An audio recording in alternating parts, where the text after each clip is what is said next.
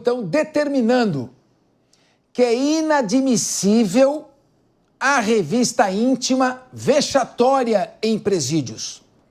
No novo texto da tese aprovada agora há pouco, aqui é notícia, a Corte destacou, abre aspas, em visitas sociais nos presídios ou estabelecimentos de segregação, é inadmissível a revista íntima vexatória, com o desnudamento de visitantes ou exames invasivos, com finalidade de causar humilhação.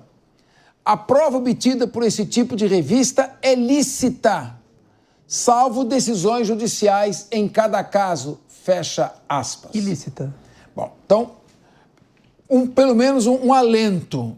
Não estão declarando ilícitas as provas. A gente entra lá carregado, uma mulher ou um homem, já que, como disse a doutora Raquel Galinatti, em ambos os corpos é possível ocultar substâncias entorpecentes e até armas. Então, acredite. Então, veja bem, como fazer, Raquel Galinatti, uma revista íntima que não seja vexatória, porque ficou em aberto. Desde que não seja com finalidade de humilhar. A finalidade de humilhar, como é que você vai saber o que está na cabeça de quem está fazendo a revista? Procedendo a uma revista íntima, desnudando o corpo, será considerada nula? É crime de abuso de autoridade? A prova não vai ser anulada. Não entendi direito esta decisão, como é que ela pode se materializar na prática. Vai obrigar os governos a comprarem equipamentos? Esses equipamentos são capazes de detectar? Eu quero te ouvir. Eu acredito que os ministros do Supremo Tribunal Federal, eles repensaram um posicionamento que realmente não coaduna com uma realidade do sistema penitenciário, daqueles que entram no sistema penitenciário para visitar os parentes que estão cumprindo pena e perceberam a necessidade, sim, de uma proteção para todos. Quando se fala em um termo, uma decisão tão genérica, com o intuito de colocar de forma subjetiva, o crime só seria doloso se houvesse a intenção de deixar aquele em situação vexatória. Subjetivo no interesse daquele que pratica o ato da revista. Eu vou ser bem clara.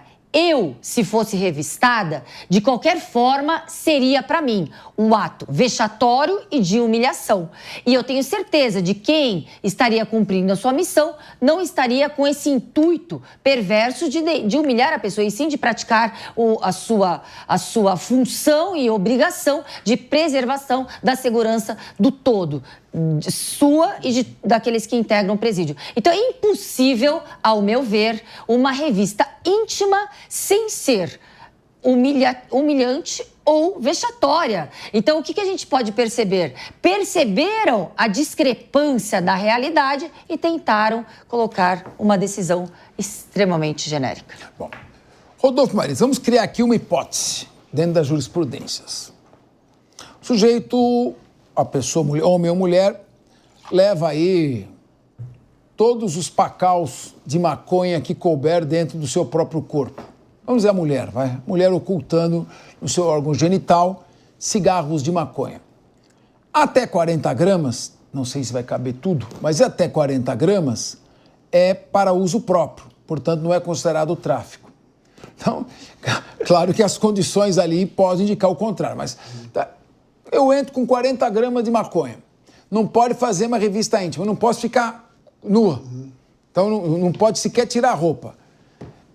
É um estímulo para que haja essa comercialização dentro dos presídios, porque você não pode fazer a revista íntima e, ao mesmo tempo, não é crime de tráfico portar até 40 gramas de maconha, salvo prova em contrário. Quero te ouvir. Isso é lamentável, Capês, essa decisão. Quem é aqui que está nos assistindo que nunca recebeu uma ligação aí de bandidos de dentro do presídio, atuando aí de dentro do presídio, porque chega ali os celulares, e eu vi uma reportagem, agora estava pesquisando aqui, que o celular ele pode ser dissolvido em até 16 peças, que é levado na cavidade anal para dentro dos presídios. Olha só que loucura. Como é que vai acontecer agora? Se tendo já a revista íntima, tendo já outros paramentos que pode fazer essas coisas, por exemplo, o raio-x, né? Outros equipamentos que ajudam nessa questão. a gente já acaba recebendo ali ligações, e quando você recebe ligação, né, de golpe é uma coisa, falando que é de uma credora, falando que é de um banco, e agora quando tentam passar para você aquele golpe do sequestro, quantas e quantas pessoas já caíram nesse golpe do sequestro, que são dotados de dentro dos presídios, sem falar o crime de drogas, que agora parece que houve uma legalidade, Capês. É muito triste essa notícia, sinceramente.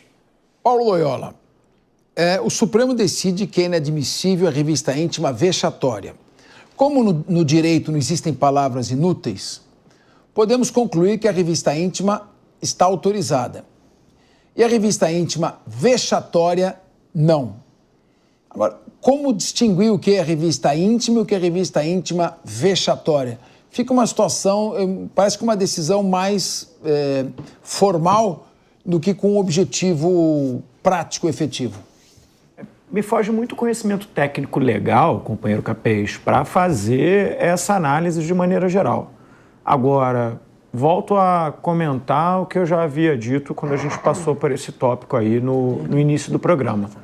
A gente já tem hoje condição de ter tecnologia para não precisar submeter as pessoas a isso e que é muito mais eficaz. Então, o que a gente precisa fazer o quanto antes, e vamos combinar, porque quando o governo quer investir, ele investe. Por exemplo, o governo de São Paulo já investiu 1,7 bilhão no Smart Sampa e vai investir mais 1,3. Vai chegar a 3 bilhões de reais o investimento no Smart Sampa. Então, não é falta de dinheiro, é falta de vontade política. Paulo, só dentro do teu raciocínio, você está falando de São Paulo. Mas só do governo do Acre, do Amapá, de Roraima, que o governo federal Piauí, faça a compra necessária. Ué. Repito, eu acho que a saída passa pelo investimento em tecnologia. É a mesma coisa que eu ia defender aqui, acabei não tendo oportunidade de falar na pauta de segurança pública. A gente precisa investir na tecnologia, na valorização dos profissionais, no treinamento dos profissionais. É a partir daí que a gente consegue resolver. E quero aqui dar os parabéns ao companheiro Zagarino, fez uma fala muito adequada sobre a formação social que leva à violência. E aí eu acho que a gente precisa olhar, mais uma vez, essas coisas sob um ponto de vista muito menos politizado ou indo para essas questões de polêmicas ou de polarização, ainda que o conflito de ideias seja absolutamente positivo, eu gosto e aprendo nesse processo.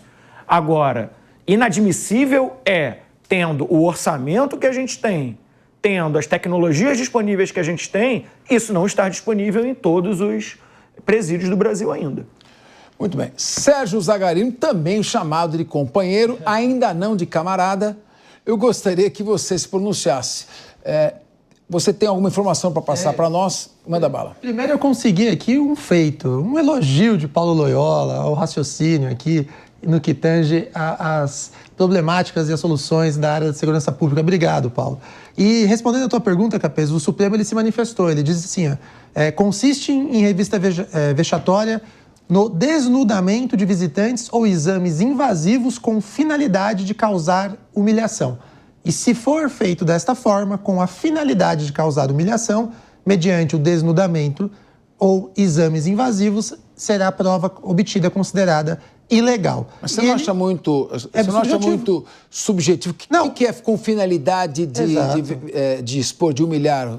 E é tão subjetivo que depois ele diz o seguinte, olha, a Corte também definiu que a autoridade administrativa, ou seja, ali o responsável pelo presídio, ele de forma fundamentada e por escrito tem o poder de sequer permitir a visita diante da presença de indício robusto de ser a pessoa visitante portadora de qualquer item corporal oculto ou sonegado, especialmente materiais proibidos ou drogas, enfim. Vejam, essa decisão do Supremo, ela diz e na prática não vai dizer nada. Afinal de contas, nós estaremos diante da subjetividade da análise da decisão tomada ali pelo diretor do sistema carcerário. Então, vai ser levado ao judiciário e o judiciário vai analisar a conduta, ao fato. No final das contas, acabou não decidindo, Capês, se pode ou se não pode. Ficou igual a situação que era antes. Agora, Raquel Galinatti, eu estou entendendo que uma revista íntima, feita dentro de certo padrão de revista, e talvez fosse o caso, faltou isso, do governo federal, dos governos estaduais, no âmbito de seus presídios, disciplinarem por decreto a forma de realização.